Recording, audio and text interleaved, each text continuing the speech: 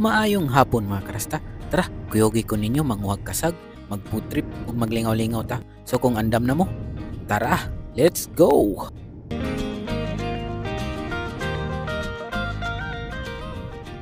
One eternity later.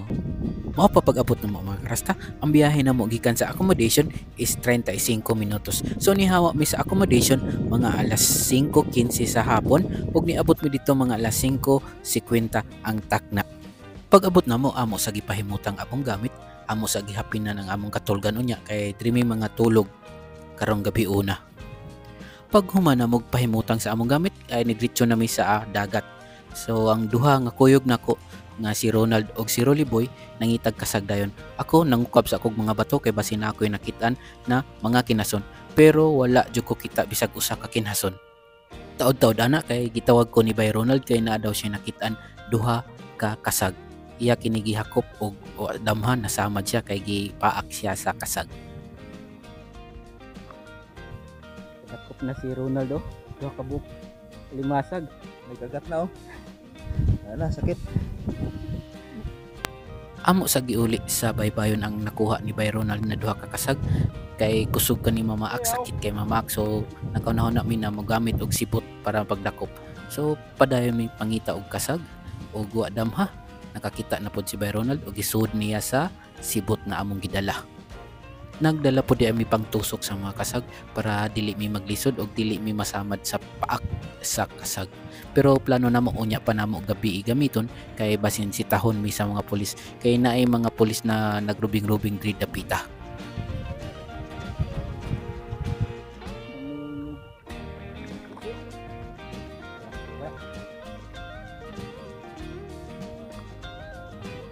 Diri di mi dapit ng mga kasag sa tunga-tunga sa power plant ug sa gitawag nilang Naval Beach.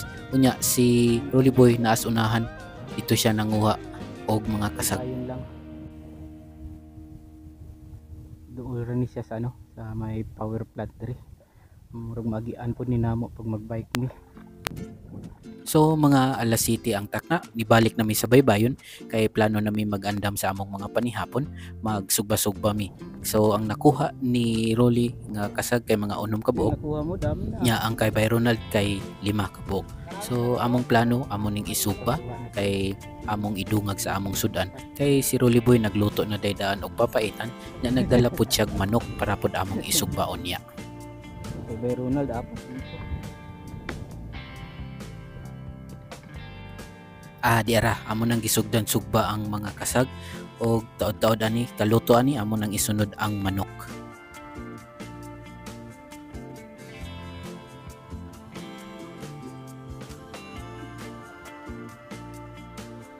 Samtang nang huwat mi og nagsugba mi sa manok, nagsima-sima sa aming mangga na dala ni Bay Ronald. Ako yawa brado, pinaway tanaw sa kamera, mura pug korek oh. Samtang nagkaon mi og mangga, nagtanaw mi sa sunset na indot kaayo, makarelax kaayo. Samtang nagluto pa mi o nagsugba pa mi sa manok, amo nang gitira ang kasag na among gisugba.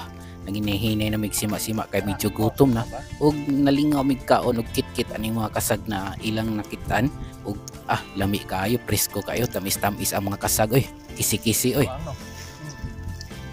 Ayay ka, apit na maluto ang atong manok. So atong nang itak ang taod-taod ang papaitan para mainit ni siya para natay higupon nga sabaw niya. Diara, naluto na gyud ang tanan. Tara mga krasta, manihapon ta. Magbudol pay ta. Dira sa may baybayon, dami jud kay kaon sa baybayon ba. Later that night. Pag humana mo kaon nagpahuway mi nya taod-taod ni adto na mi sa dagat og diskarte na mi og unsaon pagkuha og mga kasag. Sa una nagtanaw-tanaw kog mga isda na ako'y nakita ng mga isda gagmay, wala lang namo kuha kay gagmay pa. Sunod igbalik namo. So isa ikaduhang tuhog ni Rolly Boy nakakuha gyud siya og dako nga pusit o nokos. Kisi-kisi ang nokos nang luwa pag itom. Ay nokos, bagulan.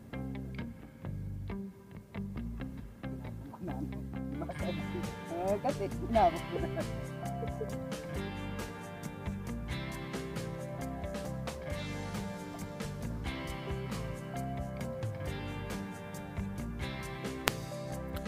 Og taod-taod ana ni kawa pud siya daghan na mga kasag So daghan jud kay mga kasag diri, mga dagko ra ba. So nalingaw jud kog tan-aw, bisag tan-aw ra ko kay ga observe ako kung unsa o nila pagkuha sa mga kasag. Tuhugon ra nila sa murag puthaw nga para tuhog.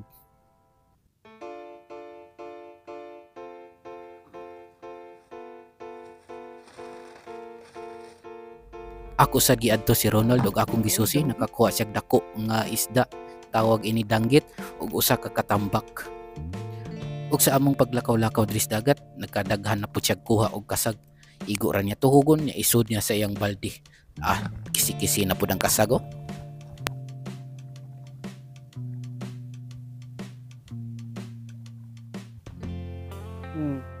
Dako. Na ay mga kasag nga medyo dili idlas, naapog ka ay kasag na idlas kaayo. Ay mura ka nagmaraton oy, kusog kay mo dagan, maglisod mig dakop oy.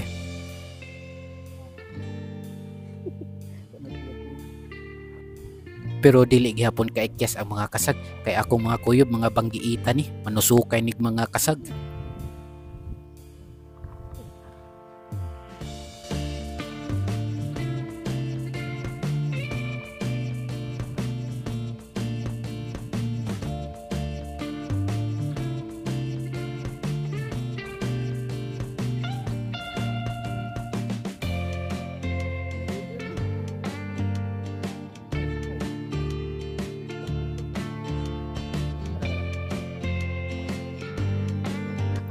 Ug padayon mi sa pagkuha sa mga kasag, sa pagtusok sa mga kasag.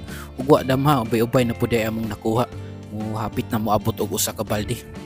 So mga alas 9 sa gabi ang takna, nakahunahon mi na mobalik sa kay magpahuway nya among isugba ang among nakuha nga nukos ug duha ka isda para mag-food trip na sa stang lami asa nukos oh. Labas kaayo nya nagkuan pud mig kape, nag-init pud mig kape para dili mi dukaon sa pagpangita og mga kasag ug mga isda.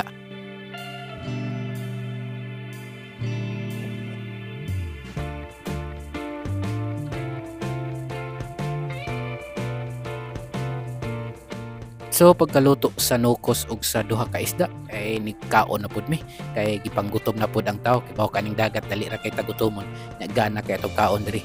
Tara, ngaon ta mga karasta. Pag human na mo kaon, ibalik na pud mi sa dagat aron madungagan ang among nakuha ng mga kasag. Ug wa damha, niabot na gyud siya usa ka balde.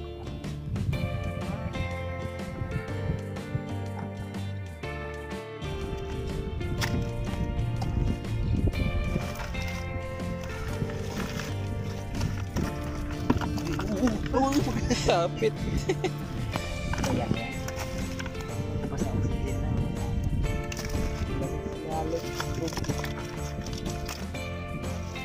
Among gipili ang medyo mga dagko na mga kasag kay plano na mo amo sa ning lutoon, kay di namin nilutoon basin madaot ni kay kaugma pa mi manguli.